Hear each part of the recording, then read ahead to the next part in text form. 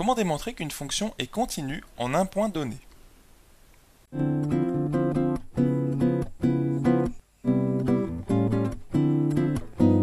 Bonjour à toi et bienvenue sur Star Math TV. Ici Romain et dans l'exercice d'aujourd'hui, niveau terminal S, puisque on va parler d'une notion qui s'appelle la continuité et qui est quand même propre à la terminal S. Donc dans l'exercice d'aujourd'hui, nous avons une fonction f qui est définie par f de x égale 1 moins racine carrée de 1 plus x au carré, le tout sur 2x. Alors f est égal à cette expression, enfin f de x est égal à cette expression quand x est différent de 0, et quand x est égal à 0, eh bien f de 0 est égal à 0. D'accord? Donc la définition de f de cette fonction, c'est pas seulement ça, hein, c'est tout ça. C'est ça et aussi f de 0 égale 0. Et ça, c'est très important. La question de cet exercice, c'est de démontrer que f est continu en 0. Alors, ce que je vais te rappeler avant tout, c'est la définition de la continuité d'une fonction en un point donné. Alors, je vais te la rappeler ici en noir. F, une fonction mathématique, est continue en 0, ou plutôt, plus généralement, pardon, en A. Donc, quand je dis en un point donné ou en A, ça veut dire quand x est égal à A, d'accord? C'est une façon plus rapide de le dire. F est continu en A, ça équivaut à dire que la limite, quand x tend vers A, de f de x, c'est égal justement à f de A. Bon, alors peut-être que cette définition peut te paraître un petit peu théorique, peut-être même que la continuité, tu vois pas très bien ce que c'est, mais graphiquement, ça représente quelque chose de très très concret. Sur son ensemble de définitions, quand f est continu, d'accord, eh bien ça signifie que tu peux tracer sa courbe sans lever ton crayon. Tu vois, tu n'as pas besoin à un moment donné de lever ton crayon et de recommencer ailleurs pour continuer à tracer ta courbe de fonction. Eh bien c'est un petit peu ça en fait que représente la continuité d'une fonction. Il n'y a pas de discontinuité si tu veux, tu n'as pas besoin de lever à un moment donné ton crayon et de recommencer à tracer sa courbe à un autre endroit. Et quand f est continu en un point donné, eh bien représente-toi un petit peu cette limite de la façon suivante. En fait, quand x se rapproche indéfiniment de a, c'est ça le calcul d'une limite, eh bien le f de x, par exemple si x vaut a plus 1, a plus 0,5, a plus 0,4, a plus 0,3, etc., etc., donc tu vois il se rapprocherait de a par valeur supérieure, imaginons, eh bien le f de x, il est f de a plus 1, f de a plus 0,5, f de a plus 0,4, etc., etc. Et quand x se rapproche vraiment de a, quand il est presque égal à a, il ne faut pas que ta limite de f de x, enfin que ton f de x plutôt, soit différent de f de a. Il faut absolument qu'il soit égal à f de a. Et c'est exactement ça la continuité. C'est-à-dire que tu passes de f de a plus 1, quand x est égal à a plus 1, à f de a plus 0,5, quand x égale à a plus 0,5, etc., etc. Tu te rapproches de petit a, enfin x se rapproche de petit a, par valeur supérieure, imaginons, et donc le f de x, il se rapproche aussi de f de a. Et quand x est égal à a, il vaut f de a, ce f de x, d'accord? Donc tu n'as pas besoin de lever ton crayon pour recommencer à un autre endroit, puisque quand x vaut a, le f de x, il vaut tout naturellement f de a. C'est ça la continuité. Tu n'as pas besoin d'aller ailleurs, en fait. D'accord? Donc j'espère que cette petite explication te permet de palper un petit peu mieux cette notion de continuité d'une fonction en un point donné. Alors, nous ce qu'on va faire, vu qu'on veut démontrer que notre fonction f est continue, non pas en a, un point générique comme ça, mais en 0, c'est-à-dire que le petit a il vaut 0, eh bien on va essayer de s'attaquer en fait au calcul de cette limite, et de démontrer que la limite quand x tend vers 0 de notre f de x, c'est effectivement f de 0. Donc c'est-à-dire, en l'occurrence, vu que f de 0 c'est 0, eh bien il faut démontrer que la limite quand x tend vers 0 de f de x, c'est égal à justement 0. Donc ça c'est ce qu'il faut démontrer, donc je ne le sais pas encore. Voilà, mais une fois qu'on aura démontré ceci, on aura bien démontré que f est continu en 0. D'accord? Grâce à cette équivalence. Alors maintenant, comment on va calculer cette limite et démontrer qu'elle fait bien 0? Alors, vu que tu as l'expression de f de x uniquement quand x est différent de 0, en fait tu ne vas pas tout à fait pouvoir calculer directement cette limite. Il va d'abord te falloir passer par le calcul de deux limites. La limite quand x tend vers 0 moins, en fait vers 0 par valeur inférieure, toujours de f de x, et la limite, deuxième temps, la limite de toujours de f de x, en fait, quand x tend vers 0 plus. Tu vois? Et en fait, quand tu vas calculer ces deux limites, et si tu trouves que ces deux limites tendent vers un nombre fini qui est le même nombre, alors tu auras bien trouvé la limite quand x tend vers 0, c'est-à-dire sans plus ni moins, c'est-à-dire sans valeur inférieure ou sans limite par valeur supérieure. D'accord? C'est-à-dire vraiment la limite quand x tend vers 0. Et cette limite sera ce nombre. Mais il faut qu'il soit le même dans les deux cas. Donc, dans ces deux cas, maintenant, vu que x il tend vers 0 par valeur inférieure, donc il n'a pas besoin d'être égal à 0, et aussi ici quand x tend vers 0 par valeur supérieure, c'est-à-dire que x n'a pas non plus besoin d'être égal à 0, c'est très important parce que c'est ceci, x n'a pas besoin d'être égal à 0, qui te permet de remplacer finalement f de x ici par cette expression-là, qui n'est définie, je te le rappelle, que quand x est différent de 0, justement. Donc ici, tu peux bien dire que cette limite est égale à la limite, toujours quand x tend vers 0 moins, et cette fois-ci, le f de x, tu peux le remplacer par ça, justement parce que x tend vers 0 moins, c'est-à-dire qu'il ne peut pas être égal à 0, il se rapproche, c'est vrai, de 0, mais par valeur strictement négative. Tu vois? Donc ici, tu peux dire de 1 moins racine carrée de 1 plus x au carré, le tout sur 2x. Voilà. Et cette limite-là, ça va être la même. Tu vas pouvoir remplacer f de x par son expression ici quand x est différent de 0. Voilà. Limite quand x tend vers 0 plus de 1 moins racine carrée de 1 plus x au carré, le tout sur 2x. Alors maintenant, ce qu'on va faire, c'est essayer de palper un petit peu cette limite et de voir combien elle vaut dans chacun de ces deux cas. On va voir que ces deux cas sont quand même très similaires. Donc, premier cas, quand x tend vers 0 moins, qu'est-ce qui se passe au numérateur? Alors, tu as 1 moins racine carrée de tout ceci. Alors, racine carrée de 1 plus 0 finalement au carré, puisque quand x tend vers 0 moins, eh bien x tend vers 0, hein, quelque part aussi, c'est beaucoup plus facile de se dire 0 que 0 moins. Et donc 1 plus 0 au carré, ça donne 1.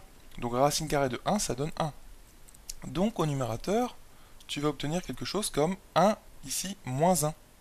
Ça tendrait vers ça. 1 moins 1, ou ça tend vers ça même. Et 1 moins 1, le problème c'est que ça fait 0. Et au dénominateur aussi, puisque tu as 2x, donc 2 fois 0 quand x tend vers 0 moins. Donc ici tu obtiens un cas indéterminé qui est 0 sur 0. On ne peut pas trancher, on ne sait pas combien vaut la limite. Et c'est exactement la même chose quand x tend vers 0+, puisque ici ça ne change rien au numérateur, il tendrait vers 1 moins 1, donc 0. Et au dénominateur également. Donc ici tu es face à un cas indéterminé. Comment on va lever ce cas d'indétermination? Eh bien en fait il faut déjà voir pourquoi tu as ce cas d'indétermination. Regardons un petit peu plus près, tu es d'accord que le dénominateur, ici c'est 2x, dans les deux cas ça tend vers 2 fois 0, donc 0. Et le numérateur, tu as 1 moins 1 dans chacun des deux cas. En fait, c'est le moins qui nous embête et qui nous donne à la fin 0. C'est 1 moins 1 que ça te donne, donc 0. Et si tu avais un plus au lieu du moins, c'est-à-dire 1 plus racine carrée de 1 plus x au carré, là, effectivement, tu n'aurais pas 0 au numérateur dans chacun de ces deux cas. Donc, comment obtenir un plus? Eh bien, en fait, il faut considérer l'expression conjuguée de ce numérateur. Alors j'espère que ça te rappelle quelque chose, l'expression conjuguée d'une expression comme ceci au numérateur, 1 moins racine carrée de 1 plus x au carré. En fait, son expression conjuguée, c'est la même chose, mais tu remplaces le moins par un plus. Et donc, c'est un calcul c'est une technique de calcul qui revient régulièrement, et notamment quand on calcule des limites. Ce qu'on va faire donc, c'est qu'on va prendre un x qui est différent de 0, d'accord? Et on va donc considérer notre f de x, qui est égal, pour le coup, puisque x est différent de 0, à ceci, donc à tout ceci. C'est égal à 1 moins racine carrée de 1 plus x au carré, d'accord, le tout sur 2x. Et moi, ce que je t'encourage à faire, eh bien, c'est de multiplier haut et bas cette fraction par le conjugué du numérateur. Et le conjugué du numérateur va faire apparaître justement un plus, comme je te le disais. Donc le conjugué, c'est fois. Donc 1 plus racine carrée de 1 plus x au carré, divisé par la même chose, donc 2x fois 1 plus racine carrée de 1 plus x au carré. Voilà, et donc qu'est-ce que ça va nous permettre de faire ceci? Eh bien observons. Au numérateur, tu as quelque chose de la forme a moins b, facteur de a plus b, sachant que le a c'est 1 et le b c'est racine carrée de 1 plus x au carré. Donc, si tu connais bien tes identités remarquables, et notamment la différence de 2 carrés, a carré moins b carré, eh bien c'est justement égal à ça.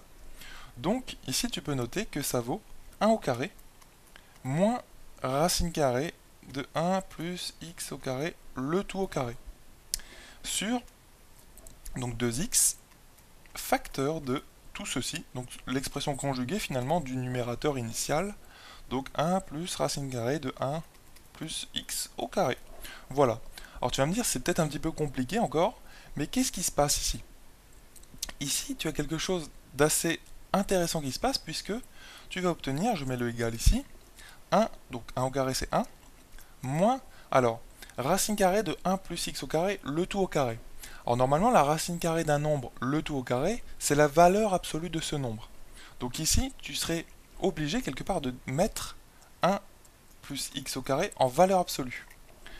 Mais, en fait, l'avantage, c'est que tu peux enlever les valeurs absolues, puisque 1 plus x au carré, c'est toujours positif comme nombre. Donc, tu as l'égalité suivante, c'est que 1 plus x au carré, le tout en valeur absolue, c'est égal au nombre lui-même, c'est-à-dire 1 plus x au carré. Car, en fait, 1 plus x au carré, c'est toujours positif, quelle que soit la valeur de x. Donc du coup, sa valeur absolue, c'est lui-même. Donc ici, je peux enlever ces barres qui signifient la valeur absolue. Et donc ici, je peux mettre des parenthèses, et le dénominateur reste le même. Donc 2x, facteur de 1, plus racine carrée de 1 plus x au carré. Voilà. Donc on va observer une petite chose intéressante, c'est-à-dire que les 1 ici vont s'enlever, donc je vais les barrer. Et tu vas obtenir au numérateur donc moins x au carré. Et les x vont s'annuler au t bas, donc ici finalement tu vas avoir le carré qui va s'enlever, et ce x là qui va s'enlever. Voilà, donc il va te rester moins, donc moins x si tu veux, sur 2 facteurs de 1 plus racine carrée de 1 plus x au carré. Voilà. Et ceci, on va pouvoir en calculer la limite plus facilement. En effet, si on reprend chacune de ces deux limites, quand x tend vers 0 moins, quand x tend vers 0 plus, qu'est-ce qu'on observe ici maintenant? Maintenant qu'on a transformé notre f de x en multipliant haut et bas par l'expression conjuguée ici 1 plus racine carrée de 1 plus x au carré. C'est un petit peu long à dire. Eh bien, qu'est-ce qui se passe? Ce numérateur tend vers 0, d'accord? Dans l'un ou l'autre des deux cas, hein, dans l'une ou l'autre de ces deux limites-là, donc ça tend vers 0, moins x. Et le dénominateur, par contre, regardons bien, c'est 2 facteurs de 1 plus. Et c'est ça qui change tout. Ici, on obtient racine carrée de 1 plus 0 au carré. Donc 0, donc on obtient racine carrée de 1, donc 1. Ça tend vers 1. Quand x tend vers 0 moins ou 0 plus, peu importe. Donc ici, on obtient 1 plus 1, donc 2. Donc 2 fois 2, 4. Donc ça tend le dénominateur vers 4. Donc 0 sur 4. Et ça, c'est pas un cas indéterminé, puisque 0 sur 4, ça fait 0. Donc ce qu'on vient de prouver, un petit peu rapidement dit, hein, sur ta copie, tu renoterais les limites suivantes, et tu dirais que la limite de f de x quand x tend vers 0 moins, eh bien c'est la limite de tout ceci maintenant, quand x tend vers 0 moins, et tu mettrais que ça vaut 0, enfin, tu le mettrais entre guillemets, parce que normalement on note jamais ça, hein, tu vois, je mets des flèches en orange, mais tu mettrais entre guillemets 0 sur 4, donc à la fin tu mettrais égal 0.